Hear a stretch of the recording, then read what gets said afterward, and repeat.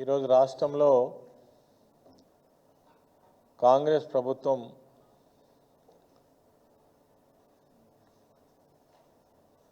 గ్రామ సభలు నిర్వహిస్తూ ఉన్నది. ఈ గ్రామ సభల సందర్భంగా అనేక గ్రామాలలో రచ్చ జరుగుతూ ఉన్నది. ప్రజలు ప్రశ్నిస్తే సమాధానం చెప్పేటువంటి పరిస్థితులలో అధికారులు లేరు, ప్రజాప్రతినిధులు దాదాపుగా పారిపోయేటువంటి పరిస్థితి ఎక్కడ గ్రామ సభ చూసినా కనబడుతూ ఉన్నది. అదేవిధంగా ఈరోజు ముఖ్యమంత్రితో పాటు మంత్రులందరూ కూడా విహారయాత్రలలో ఉన్నట్టుగా కనబడుతూ ఉంది. ఏ ఒక్క మంత్రి కూడా రాష్ట్రంలో గ్రామ సభల సందర్భంగా ప్రజల సమక్షంలో నిలబడి ప్రజలకు సమాధానం చెప్దామనేటువంటి అవకాశం అయితే ఇక్కడ మనకు కనబడతలేదు. అదేవిధంగా గతంలో 10 సంవత్సరాల పాటు బీఆర్ఎస్ ప్రభుత్వం కేసీఆర్ గారి నాయకత్వంలో నడిపినప్పుడు ఏదైతే రేషన్ కార్డులకు సంబంధించినటువంటి విషయంలో అనేక రకాలుగా బురద జల్లిండ్రు. ఒక్క రేషన్ కార్డు ఇవ్వలేదని మాట్లాడిండ్రు. వాస్తవంగా నిజంగా రేషన్ కార్డులు ఇవ్వలేదా అంటే లక్షల కొద్ది రేషన్ కార్డులు కేసీఆర్ గారి నాయకత్వంలో అర్హులను గుర్తించి ఆనాడు ఇవ్వడం జరిగింది. రేషన్ కార్డుల విషయంలో ఆనాడు ముఖ్యమంత్రిగా ఉన్నటువంటి కేసీఆర్ గారు ఎక్సెస్ కుటుంబాల కంటే కూడా ఎక్కువ కార్డులు మనం ఇచ్చినామని కూడా ఒక సందర్భంలో చెప్పడం జరిగింది. అయినప్పటికీ దుష్ప్రచారం చేసిండ్రు, కార్డులు ఇవ్వలేదని బదనాం చేసిండ్రు. వాస్తవ పరిస్థితి చూసినప్పుడు 10 ఏళ్ల పాలనలో 6,47,479 రేషన్ కార్డులు ఇచ్చినాం. ఇంకా ఇవ్వవలసి ఉన్న వాళ్ళకు కూడా ఇస్తామని కూడా చెప్పడం జరిగింది గతంలో. అదేవిధంగా ఈనాడు ఉన్నటువంటి ప్రభుత్వం వచ్చిన ఒక్క నెల లోపట్నే రేషన్ కార్డులు ఇస్తామన్నారు. నెల లోపట్నే సన్నబియ్యం కూడా అందరికి ఇస్తామని చెప్పిండ్రు. 100 రోజుల లోపలనే సన్నబియ్యం కూడా డిస్ట్రిబ్యూషన్ చేస్తామని చెప్పారు. మరి ఇలా రేషన్ కార్డుల విషయంలో చూసినట్టయితే రాష్ట్రం మొత్తడం కూడా రచ్చ పరిస్థితి మనకు కనబడుతూ ఉంది. ఆ రోజు మేము కొన్ని పరిస్థితులకు అనుగుణంగా ఆనాడున్న ప్రభుత్వం సమైక్య ఆంధ్రప్రదేశ్లో పేద ప్రజలకు న్యాయం జరగలేదు కాబట్టి తెలంగాణ రాష్ట్రం వచ్చిన తర్వాత ప్రజలకు చేరువగా పోవాలి, ప్రజలకు అనుగుణంగా ఉండాలి అనే ఉద్దేశంతో చాలా చర్యలు తీసుకున్నారు. మరి ఆ రోజు 2.5 ఎకరాలు ఉన్నటువంటి మాగాని భూమిని 3.5 ఎకరాలకు చేయడం జరిగింది. అదేవిధంగా 5 ఎకరాలు ఉన్నటువంటి చెలక భూమిని 7 ఎకరాల నరకు చేయడం జరిగింది. ఇదంతా కూడా ఆ రోజు పేద ప్రజలను ఉద్దేశించి వాళ్ళ ఆదాయ వనరులకు సంబంధించినటువంటి విషయాలను ఉద్దేశించి చేసినటువంటివే. అదేవిధంగా ఆదాయానికి సంబంధించి కూడా 60,000 నుంచి 75,000 నుంచి మరి 2,50,000 రూపాయల ఆదాయ పరిమితికి మనం పెంచడం జరిగింది. మరి ఈరోజు మళ్ళీ 10 సంవత్సరాలు అంటే 11 సంవత్సరాల తర్వాత 11 సంవత్సరాలలో కూడా ఇప్పుడు ఏదైతే గ్రామ సభలు నిర్వహిస్తూ ఉన్నారో ఇదే పరిమితిని కంటిన్యూ చేస్తూ ఉన్నారు. 11 సంవత్సరాలలో ఇన్ఫ్లేషన్ పెరిగింది, ధరలు పెరిగినాయి, జీవన పరిణామాలు పెరిగినాయి. వాటికి అనుగుణంగా మరి ఈ ప్రభుత్వం చర్యలు తీసుకోవాల్సి ఉండే. కానీ చెప్పే మాటలు గొప్పై చేతలకు వచ్చేటప్పటికి మాత్రం శూన్యంగా కనబడతా ఉన్నది. ప్రజాపాలనలో ప్రజలకు చాలా గొప్పగా న్యాయం జరుగుతుందని మరి ఆనాడు బాకాలూదినటువంటి కాంగ్రెస్ నాయకులు, ప్రభుత్వం, ముఖ్యమంత్రిగా ఈరోజు బాధ్యతలు వహిస్తున్నటువంటి రేవంత్ రెడ్డి ప్రజలను నమ్మించి మరి అన్ని విషయాలలో మోసం చేసినటువంటి విషయం మనకు కనబడతా ఉన్నది. ఈరోజు ఈ రేషన్ కార్డులను ఎట్లా తగ్గించాలి, రేషన్ కార్డుల సంఖ్యను పెంచి లేనటువంటి వాళ్ళకి ఇవ్వాలనేటువంటి ప్రయత్నం ఇక్కడ జరుగుతలేదు. ఆనాడు ఎవరైతే ప్రభుత్వ పరంగా అవుట్సోర్సింగ్లో పనిచేసే అటువంటి వాళ్ళు కావచ్చు, వాళ్ళందరినీ కూడా పరిగణనలో తీసుకొని వాళ్ళను ప్రభుత్వ ఉద్యోగుల కింద కాకుండా వాళ్ళకు రేషన్ కార్డులు ఇచ్చినటువంటి ప్రభుత్వం, వాళ్ళ జీతభత్యాలకు కూడా కొద్దిపాటివే కాబట్టి వాళ్ళను మామూలు మరి మధ్యతరగతి కింద తీసుకొని వాళ్ళని గుర్తించి పేదవాళ్ళుగా గుర్తించి వాళ్ళకి రేషన్ కార్డులు ఇవ్వడం జరిగింది. ఈరోజు మరి వాళ్ళనందరినీ కూడా కట్ చేసేటువంటి ప్రయత్నం చేస్తూ ఉన్నారు. ఆదాయ పరిమితి చూస్తూ ఉన్నారు. ఎవరైతే ప్రభుత్వ కన్సర్న్గా పనిచేసేటువంటి వాళ్ళను తగ్గించేటువంటి ప్రయత్నం. మొత్తంగా చెప్పాలంటే రేషన్ కార్డులను తగ్గించాలని మరి రకరకాల ప్రయత్నాలు ఈరోజు చేస్తున్నారు. తర్వాత ఇప్పుడు ప్రభుత్వంలోకి వచ్చి 400 రోజులు అవుతున్నది. మరి ఒక్క హామీ అన్న అమలు చేసినా అంటే ఏ హామీ అమలు చేయడం లేదు. తర్వాత ఇప్పుడు ఏం చేస్తున్నారు, మళ్ళీ ఈ రేషన్ కార్డు పేరు మీద అప్లికేషన్ తీసుకుంటున్నారు. అసలు ఎన్నిసార్లు అప్లికేషన్ తీసుకుంటారు? ప్రజాపాలన అప్లికేషన్లే మాకు తెలిసినంత వరకు 1,10,00,000 1,12,00,000 అప్లికేషన్లు అధికారంలోకి వచ్చిన తర్వాతనే మీరు తీసుకున్నారు. ఆ అప్లికేషన్లు ఏమైనాయి? ఆ అప్లికేషన్లో తీసుకున్నప్పుడే అన్ని వివరాలు తీసుకున్నారు. మళ్ళీ ఇప్పుడు రేషన్ కార్డు కోసం అప్లికేషన్లు తీసుకుంటున్నారు. తర్వాత బీసీ కులగణన కోసం కూడా అప్లికేషన్లు తీసుకున్నారు. అన్ని వివరాలు మీ దగ్గర ఉన్నాయి. ఇప్పటికే నిజంగా మీకు నీతి నిజాయితీ ఉంటే, చిత్తశుద్ధి ఉంటే ఈ తీసుకున్నటువంటి అప్లికేషన్లలోనే అర్హులు ఎవరు, అర్హులు కానటువంటి వాళ్ళు ఎవరు, రేషన్ కార్డులు ఇచ్చేటువంటి అవకాశం ఉన్నప్పటికీ కూడా మళ్ళీ కాలయాపన చేయడం కోసం, కాలం వెళ్ళబుచ్చడం కోసం, మేమేదో చేస్తున్నామని చెప్పడం కోసం ఈ అప్లికేషన్లు తీసుకోవడం తప్ప ఇంకోటి కాదనేది మనకు ఖచ్చితంగా కనబడతా ఉంది. అంటే అప్లికేషన్లే తప్ప దాని ఫలితం లేదు. ఇప్పటిదాకా చూసుకుంటూ వస్తున్నటువంటిది ఈ సంవత్సర కాలంలో కాంగ్రెస్ ప్రభుత్వం యొక్క పనితీరు చూసినట్టయితే శూన్యం తప్ప ఏం లేదు. అదేవిధంగా దీన్ని మేము తీవ్రంగా ఖండిస్తూ ఉన్నాం. బీఆర్ఎస్ పార్టీ పక్షాన యథాతథంగా దీన్నే కొనసాగించడం, గతంలో ప్రభుత్వం ఏదైతే మరి ప్రజల సౌకర్యార్థం వారిని ఆ ఆర్థిక స్థితిగతులను పెంచిందో ఇప్పుడు కూడా పెంచి ఇవ్వాలి అనేది మేము డిమాండ్ చేస్తున్నాం. అదేవిధంగా కాలయాపన పేరుతో పదే అప్లికేషన్లు తీసుకోవడం ఏదైతే ఉన్నదో ప్రజలను ఇది వంచడం తప్ప ఇంకొకటి కాదు. దీన్ని విసుక్కుంటున్నారు ప్రజలు. ఇప్పటికే ఎన్నిసార్లు తీసుకుంటారు అప్లికేషన్స్ అని. మరి దీన్ని వెంటనే ప్రభుత్వం ఆలోచించి దీనిపైన తగిన నిర్ణయం తీసుకోవాలని కూడా మేము డిమాండ్ చేస్తూ ఉన్నాం. అదేవిధంగా ఈరోజు ఎస్సీలకు సంబంధించినటువంటి విషయంలో ఈ ప్రభుత్వం వ్యవహరిస్తున్నటువంటి తీరు చూసినట్టయితే చాలా బాధాకరంగా ఉన్నది. తరతరాలుగా వెనుకబడ్డటువంటి ఎస్సీ ఎస్టీలు చదువుకు దూరంగా ఉండి ఆర్థిక స్తోమత లేక, భూమి లేక, జాగ లేక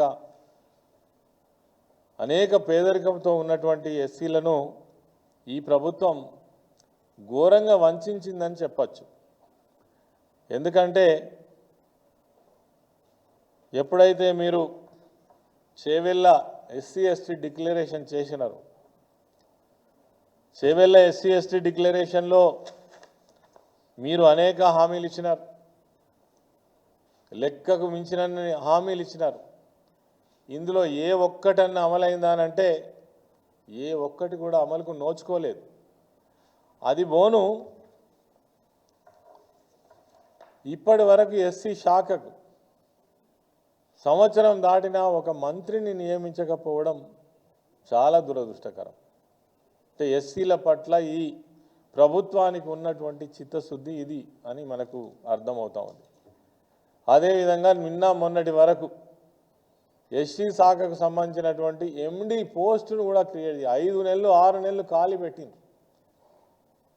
ఎస్సీ యాక్షన్ ప్లాన్ లేదు గత సంవత్సరం.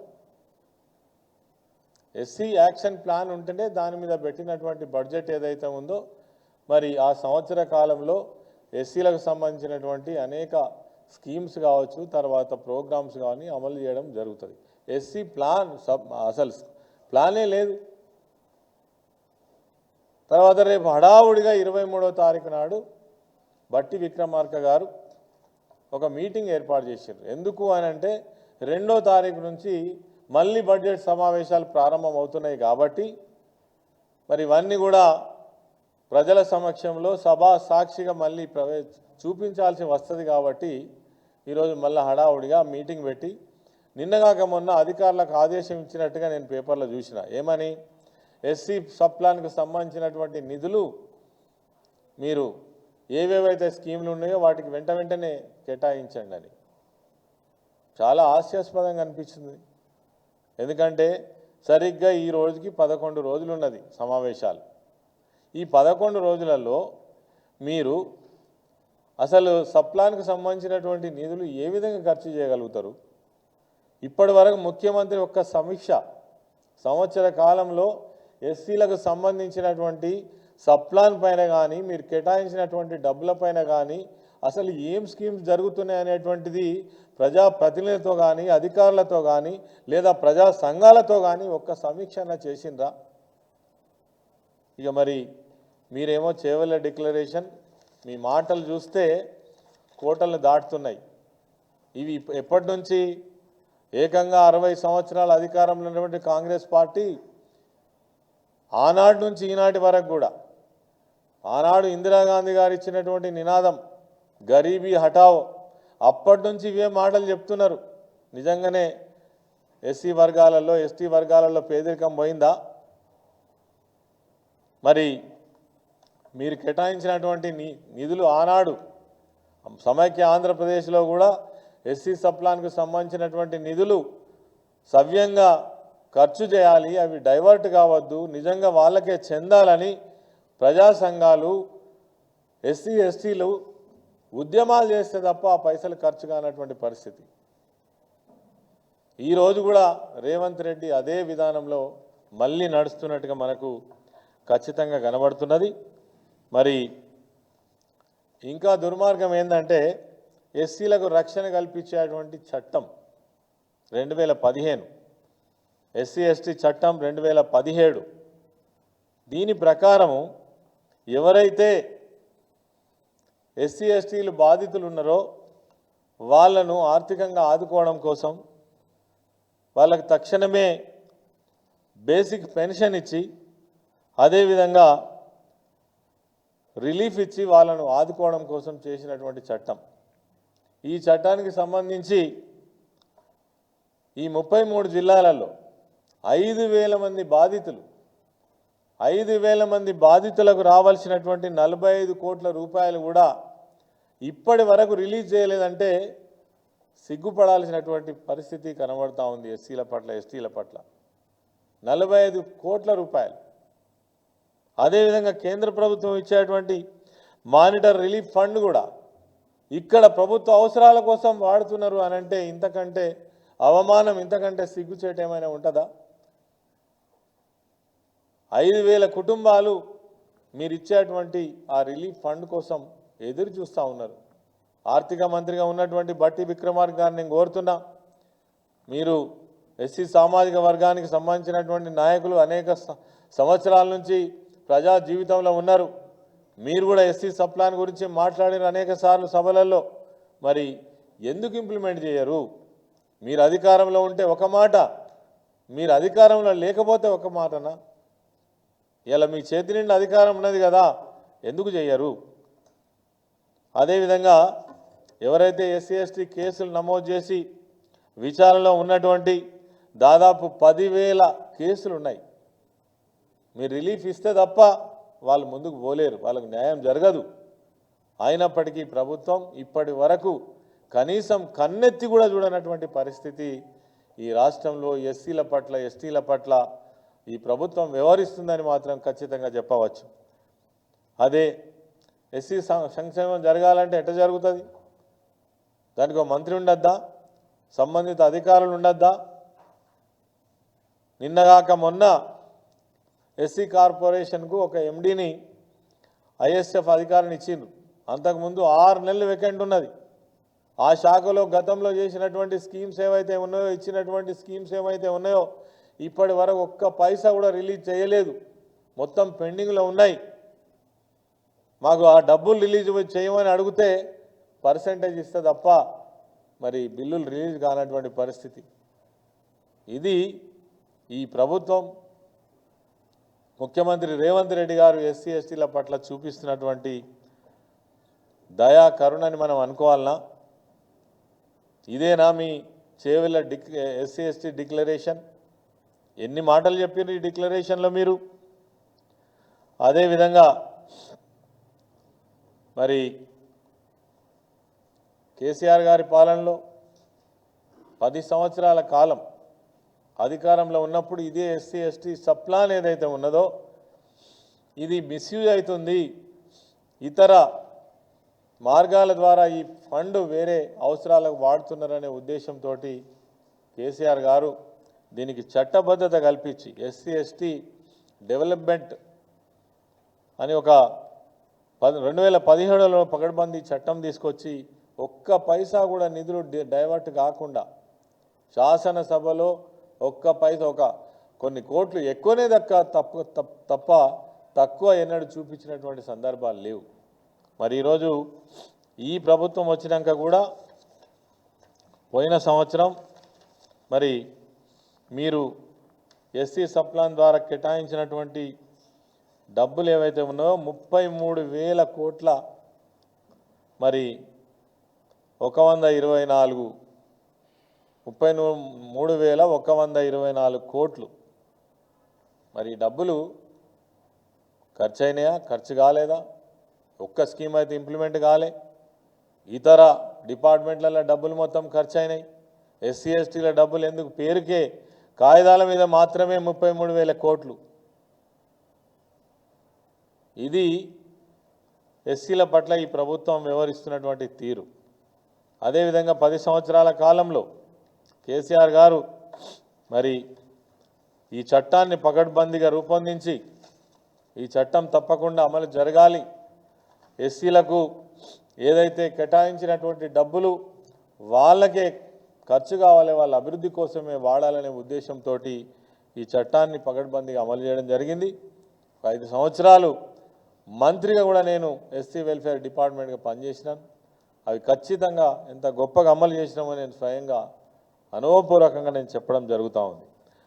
అదేవిధంగా ఈ చట్టం సవరించడంతో పాటు తరతరాలుగా వెనుకబడ్డటువంటి జాతి ఎస్సీలు కావచ్చు, ఎస్టీలు కావచ్చు, ఈనాడికి కూడా సగౌరవంగా సమాజంలో మరి తలెత్తుకొని తిరగలేనటువంటి పరిస్థితి, ఆర్థికంగా ఎదగలేనటువంటి పరిస్థితి ఉన్నది. కాబట్టి వాళ్ళను ఆర్థికంగా ఎదిగే విధంగా, ఆర్థికంగా వాళ్ళను పెంచే విధంగా చేయడం కోసం ఏదైతే దళిత బంధు కార్యక్రమాన్ని తీసుకురావడం జరిగింది. దళిత బంధు కార్యక్రమం మీరు ఎంత ఘోరంగా బదనాం చేసిరో మాకు తెలుసు. నేనే ఆనాడు మంత్రిగా ఉన్న దళిత బంధు ఈ ప్రోగ్రాం కేసీఆర్ గారు తీసుకువచ్చినప్పుడు ఇదొక సదుద్దేశంతో తీసుకొచ్చినటువంటి కార్యక్రమం. ఆయన దీని మీద మీరు విపరీతమైనటువంటి దుర్భాషలాడినరు, మా ఎస్సీ సోదరులను రెచ్చగొట్టినరు. అయినా కేసీఆర్ గారి ఆలోచన విధానం ఒకటే, మొత్తం రాష్ట్రంలో ఉన్నటువంటి 61,000 కుటుంబాలను ఒక్కటేసారి బాగు చేయలేం, లక్షల కుటుంబాలను విడతల వారీగా వీళ్ళను బాగు చేద్దాం, ఆర్థికంగా ఆదుకుందాం అనే ఉద్దేశంతో ఈ దళిత బంధు కార్యక్రమాన్ని తీసుకువచ్చి ఒక కుటుంబాన్ని 10 లక్షల రూపాయలు ఇచ్చి వాళ్ళు ఏ పని అయితే చేసుకోగలుగుతారో ఆ పనిలోనే వారికి ప్రోత్సహించి మరి వాళ్ళని ఆదుకుందామనే ఉద్దేశంతో తీసుకొచ్చినటువంటి దళిత బంధు కార్యక్రమం పైన మీరు ఎన్ని మాట్లాడినో మేము విన్నాం. అదేవిధంగా మీరు చెప్పిన మాటనే నేను చెప్తున్నా. ఏమన్నారు మీరు? అంబేద్కర్ అభయహస్తం పేరిట కేసీఆర్ గారు పెట్టిన దళిత బంధు 10 లక్షలేనాయా, మేము 12 లక్షల రూపాయలు ఇస్తామని చెప్తారు. ఏమి మరి మీ 12 లక్షల రూపాయలు ఎక్కడ బాయ్? ఇప్పటి వరకు కనీసం డిస్కషన్ కూడా లేదు. ఇచ్చుడు సంగతి పక్కకు పెట్టు, దళిత బంధు కొనసాగించరా అంబేద్కర్ అభయాస్తాన్ని మీరు కంటిన్యూ చేస్తారా చెయ్యరా? ఒక సంవత్సరం గడిచిపోయింది, ఇంకా 4 ఏళ్ళు అయితే 3 ఏళ్ళు అయితే 4వ సంవత్సరం ఎలక్షన్ ఇయరే. మళ్ళీ అన్నీ ఇప్పుడు చెప్పిన తప్పుడు మాటలే చెప్తారు. ఇక మీకున్న సమయం 3 ఏళ్ళే. మరి ఎంతమందికి ఇస్తారు? ఆనాడు కేసీఆర్ గారు 1,70,000 కుటుంబాలను గుర్తించి 10 లక్షల రూపాయలు ఇవ్వాలని నిర్ణయించి 18,000 కోట్ల రూపాయలను బడ్జెట్లో పెట్టినటువంటి పరిస్థితి మాకు తెలుసు. ఇలా మీరు సిగ్గుతో తల వంచుకోవాల్సినటువంటి పరిస్థితి. మీ అంబేద్కర్ అభయాస్థాన్ని పోయిన బడ్జెట్లో ఇప్పుడు 33,000 కోట్లు ఏదైతే నేను చెప్పినో దీంట్లో మీరు దళిత బంధు కోసం కేటాయించింది కేవలం 2 కోట్లు. ఏమనుకోవాలి? ఈ అభయాస్తం కంటిన్యూ అయింది అనుకోవాలనా? దళిత బంధు ఏదైతే 1,70,000 మందికి ఇచ్చినటువంటి వాళ్ళను మీరు విస్మరిస్తారా? ఏ ప్రభుత్వం ఉండొచ్చు, రేపు కూడా మీ ప్రభుత్వం ఉంటుంది పోతుంది, కానీ ఎవరైతే పేదవాళ్ళు అర్హులైన వాళ్ళు ఉన్నారో వాళ్ళను సెలెక్ట్ చేసిన వాళ్ళు ఉన్నారో వాళ్ళకు డబ్బులు కేటాయిస్తే కూడా కలెక్టర్ల అకౌంట్లకు పంపితే కూడా ఇప్పటి వరకు వాళ్ళకు డబ్బులు ఇవ్వకుండా కాలయాపన చేయడం, ఇది ఎస్సీల ఉద్ధరణ కోసం పనిచేస్తుండ్రా, ఎస్టీల ఉద్ధరణ కోసం పనిచేస్తుండ్రా అని ఇలా మేము ప్రశ్నిస్తూ ఉన్నాం. ఇలా హుజురాబాద్ నియోజకవర్గంలో స్వయంగా అక్కడ ఉన్నటువంటి ఎమ్మెల్యే గారు కౌశిక్ రెడ్డి గారు మాకు రావాల్సినటువంటి 6,000 మంది మా దళిత సోదరులకు దళిత బంధు నిధులు ఇప్పటి వరకు రాలేదని కొట్లాడుతుంటే కూడా ఈ ప్రభుత్వానికి సోయలేదు. ఆ ఎమ్మెల్యే గారిని అణిచివేయాలని ప్రయత్నం చేస్తున్నారు, ఆయనను జైళ్ళను పెట్టాలని ప్రయత్నం చేస్తున్నారు తప్ప ఈ 6,000 మంది ఎస్సీ కుటుంబాలకు ఈ దళిత బంధు డబ్బులు రిలీజ్ చేయాలని మాత్రం ఆలోచన చేస్తలేరు. ఇంత దుర్మార్గమా? అదిగాక కొన్ని గ్రామాలే తీసుకున్నారు ఎక్స్పెరిమెంటల్లీ, కొన్ని మండలాలను తీసుకున్నారు. అందులో బట్టి విక్రమార్క గారి మండలం కూడా ఉన్నది. ఆనాడు ఎంత చిత్తశుద్ధితో ఎంత నిజాయితీతో ఈ స్కీమ్ను అమలు చేయాలని ప్రయత్నం చేసినామో ఆనాడు ఉన్నటువంటి ముఖ్యమంత్రి కేసీఆర్ గారు, అదే సమయంలో నేను మంత్రిగా ఉన్నటువంటి నాకు కూడా ఈ విషయాలు తెలుసు. కానీ ఈరోజు మీరు అధికారంలోకి వచ్చేదాకా ఎన్ని మాట్లాడినరో దళితులకు సంబంధించి ఇందులో ఏ ఒక్కటన్నా చదివితే పెద్ద చాట భారతం ఇవన్నీ చదివితే మీ అందరికీ కూడా తెలుసు. వాళ్ళు మీరు పత్రికాముఖంగా ఇవన్నీ కూడా ఆవిష్కరించిన వాళ్ళే. కాబట్టి ఎంత వంచన, ఎంత నయవంచన అనేది మాత్రం ఈరోజు ఈ ప్రభుత్వం ఎస్సీల పట్ల ఎస్టీల పట్ల ఎంత దారుణంగా వ్యవహరిస్తుందో మనకు అర్థమవుతా ఉన్నది. కాబట్టి మేము తక్షణమే డిమాండ్ చేస్తున్నాం, ఎవరైతే ఈ 1,70,000 మంది దళిత బంధు కింద మరి సెలెక్ట్ అయినటువంటి వాళ్ళు ఉన్నారో వాళ్ళకు అప్పుడు ఆనాటి డబ్బులు ఏదైతే కేటాయించబడి ఉన్నాయో వాటిని తక్షణమే రిలీజ్ చేయాలని డిమాండ్ చేస్తున్నాం. అదేవిధంగా హుజురాబాద్లో 6,000 మంది స్వయంగా అక్కడనే హుజురాబాద్ నియోజకవర్గంలో దళిత బంధు కార్యక్రమాన్ని నిర్వహించి మొత్తం నియోజకవర్గంలో ఉన్నటువంటి దాదాపు 18,000 కుటుంబాలకు ఆ రోజు దళిత బంధు శాంక్షన్ చేసినటువంటి పరిస్థితి. ఇలా మీరు దళితులను నమ్మించి ద్రోహం చేసినటువంటి ప్రభుత్వం కాంగ్రెస్ ప్రభుత్వం. ఆనాటి నుంచి ఈనాటి వరకు ఈ దేశాన్ని పరిపాలన చేసింది. ఒకప్పుడు కేంద్రంలో రాష్ట్రంలో మీరే కదా 40-50 సంవత్సరాల అధికారంలో ఉన్నది. ఇప్పటికి కూడా ఎందుకు ఈ దరిద్రం పోలే, ఎందుకు ఈ గరీబీ హఠావో కాలే, ఇప్పటికీ ఇలా ఇందిరమ్మ ఇండ్లు మళ్ళా ఇచ్చే దుస్థితి ఎందుకు ఉన్నది? ఆ రోజు మేము డబుల్ బెడ్రూమ్ ఇండ్లు ఇస్తానంటే రకరకాల మాటలు చెప్తిరి, సంవత్సరం అయింది ఇంకా అప్లికేషన్ తీసుకునే స్థాయిలోనే ఉన్నారు.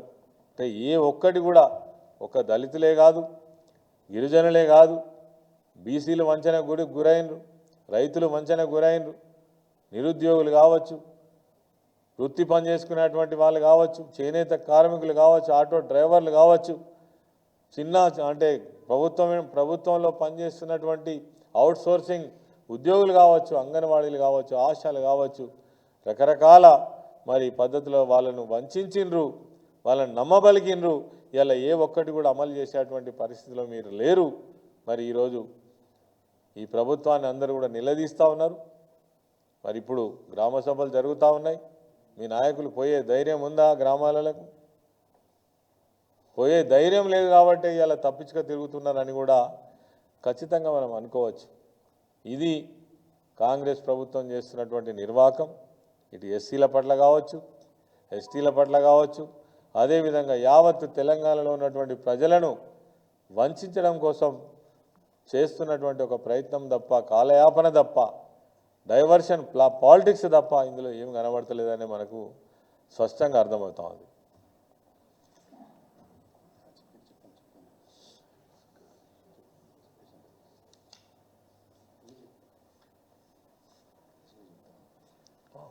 అంటే చెప్పినా కదా.